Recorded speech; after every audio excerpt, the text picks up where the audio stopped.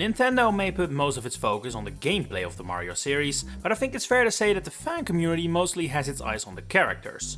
And that means that we as fans view the character rosters of Mario games differently from how the developers do. At least, I would think so, because man, have Mario games had some bizarre playable rosters over the decades. And I'm not talking about leaving out names fans have been begging for years. You know, your Fawfulls, Genos, Paper Mario characters. I mean just super weird picks or absences that basically confirm that while it may sometimes feel as if Nintendo is playing safe with these Mario games, that doesn't mean they haven't created some baffling rosters over the years. Take for example Mario Party 9. This game came out in 2012, basically around the peak of Mario's bland or sanitized era where everything had to be stripped down to the Mushroom Kingdom essentials based on the style of New Super Mario Bros. And to put it harshly, no fun was allowed. And that's what makes the roster of playable characters in this game so interesting. On one hand, it feels incredibly basic.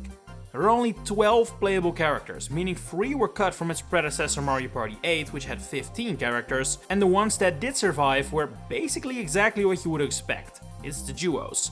Mario Luigi, Peach Daisy, Wario Waluigi, Yoshi Birdo, Toad... Wait, where's Toadette? She had at this point been in 3 back-to-back Mario parties and was a spin-off staple. Where did she go? She isn't even in the game at all, like not even as a non-playable character. Also cut is Boo, which nowadays sounds like someone you could easily miss out on, but Boo had been playable since Mario Party 5, that's even longer than Toadette. But no, ND Cube was at the helm now, and they decided we instead needed Koopa, Shy Guy and Kamek for some reason. And yeah, to all you Americans watching, this is supposed to be Kamek. The US version just calls him a Magic Koopa for some reason, but everywhere else this is Kamek, Japan included. But regardless of whether you view it as Kamek or a random Magic Koopa, it remains a bizarre inclusion. They are almost never playable. To this day, they aren't in the modern Mario parties or even Mario Kart. Yet here, ND Cube looked at Bowser, Bowser Jr. and Kamek and thought, you know, people would probably most like to play with Kamek out of these 3, let's make him playable. Hell, freaking Donkey Kong and Diddy Kong are bosses in this game and Kamek is playable, how was that not turned around? Strange calls all around. And speaking of strange calls, Mario Tennis Open.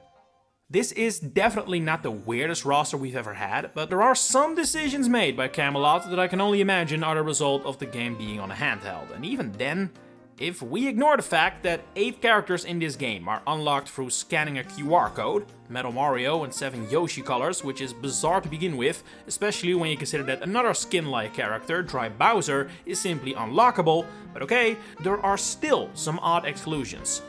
For example, Luma is here, Rosalina is not. How did this happen?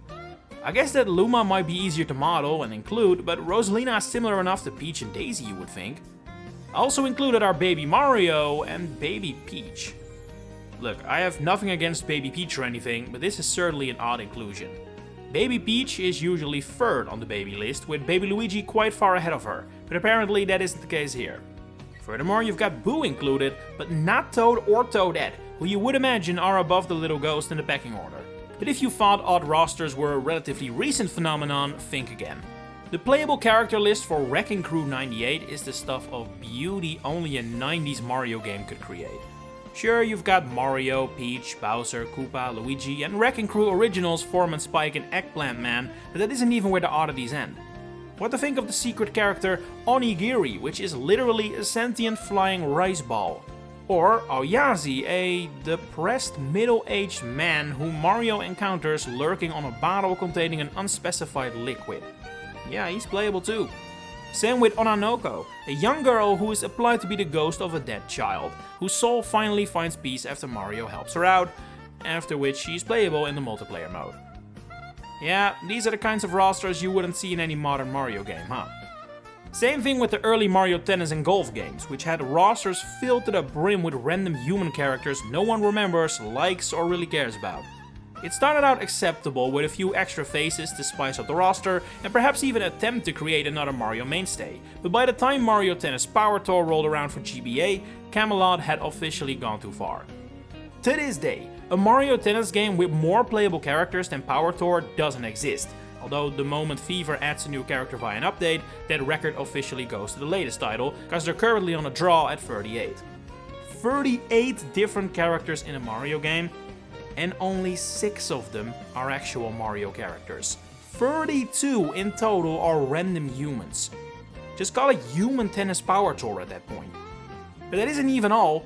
The 6 characters to represent Mario are bizarre choices too. Mario, Peach, Luigi, Bowser, so far so good. Donkey Kong, a tad stranger, but it's obviously a big name regardless. And Waluigi. Not Yoshi, not Daisy, not Wario, not Toad, Waluigi.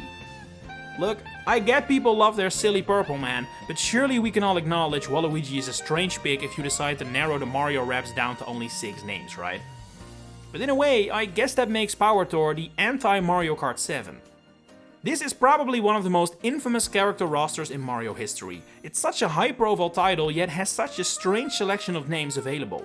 Wiggler is here, Lakitu is here, the freaking Honey Queen from Mario Galaxy is made the cut, and don't get me wrong, I love me some random inclusions like that, but they definitely don't hit the same if the game is missing core cast members. No Toadette, no Waluigi, no Bowser Jr., no Diddy Kong, and nearly 10 characters less than Mario Kart Wii. And sure, that is probably the result of a console versus handheld entry, but keep in mind that Nintendo never marketed their handheld spin-offs as any lesser than their console equivalent. Through that lens, going backwards in the roster size and picks was definitely a big letdown and talking point at the time. But come to think of it, Mario Kart Wii is probably the last time we didn't have roster discussions and minor controversies for a brand new Mario Kart. It feels hard to imagine now, since Mario Kart 8 Deluxe is one of the most content-heavy Mario games of all time, but when Mario Kart 8 first launched on Wii U, its roster was a severe point of criticism. Sure, Waluigi and Toadette were back, but Bowser Jr. and Diddy Kong were nowhere to be found, and while I wouldn't say Mario Kart 8 had a wild card at the level of the Honey Queen, it did struggle to defend itself against accusations of roster padding. Cause yeah, Mario Kart 8 launched with 30 playable characters, nearly twice as many as 7, but 5 of those are babies, with the 4 babies from Wii returning, and the list getting expanded with a brand new, technically lore-breaking inclusion of Baby Rosalina, all 6 Koopalings, who are of course different characters, but having them all here when Bowser Jr. is not felt very weird, and 2 more blatant clone characters in the form of Metal Mario and Pink Gold Peach, while much more beloved clones weren't present, like Dry Bowser or Yoshi Colors, those would prove DLC. Now, of course Mario Kart 8 Deluxe with the Booster Course Pass has ended up being another of the craziest Mario rosters ever, but for positive reasons.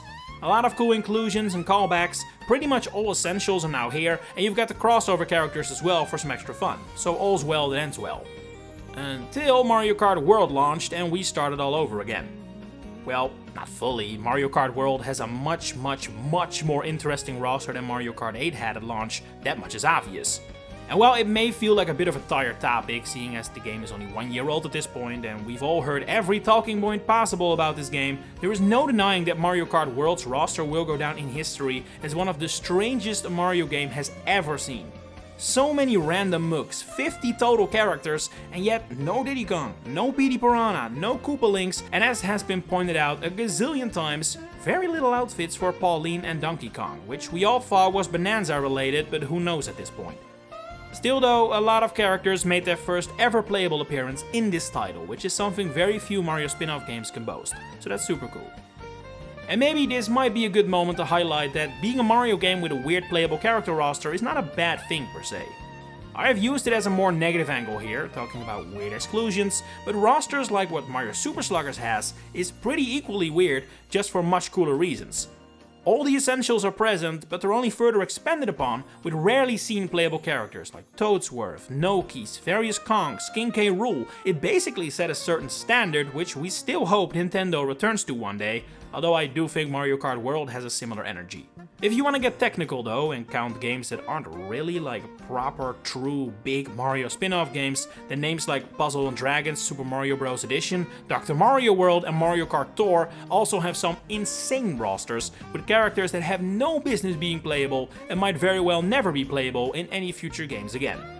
Or they were first playable here, but you fought their first time with Mario Kart World, like Dolphin for example, who somehow made it into Dr. Mario World prior to that. But if we're talking these halfway games that are officially still Mario games in every sense of the word, but not like true big massive spin-off games with a lot of eyes on who is being included, then I think the absolute weirdest playable roster we've ever seen is courtesy of Mario Party E. This was an official Mario Party title for the Game Boy Advance e-reader, released only in the USA, and was sort of a mix between a Mario Party game and an actual board game. Included was an actual physical playboard and tons of e-reader cards which corresponded to events and minigames. On this playboard you technically just play as yourself, but in the minigames that could be played on a GBA, that was not the case. You instead play as Mario characters. And the roster there is a weird selection to say the least. Mario is playable in a wide variety of games, whereas 4 more names are available in one minigame only: Yoshi, Wario, Waluigi, and Daisy. No Peach, no Luigi, no Bowser, no Donkey Kong, but Daisy is here, and both Wario and Waluigi too. This is the only game in Mario series history where Daisy is playable but Peach isn't, and it's also one of the only Mario spin-offs to not feature Peach or Luigi.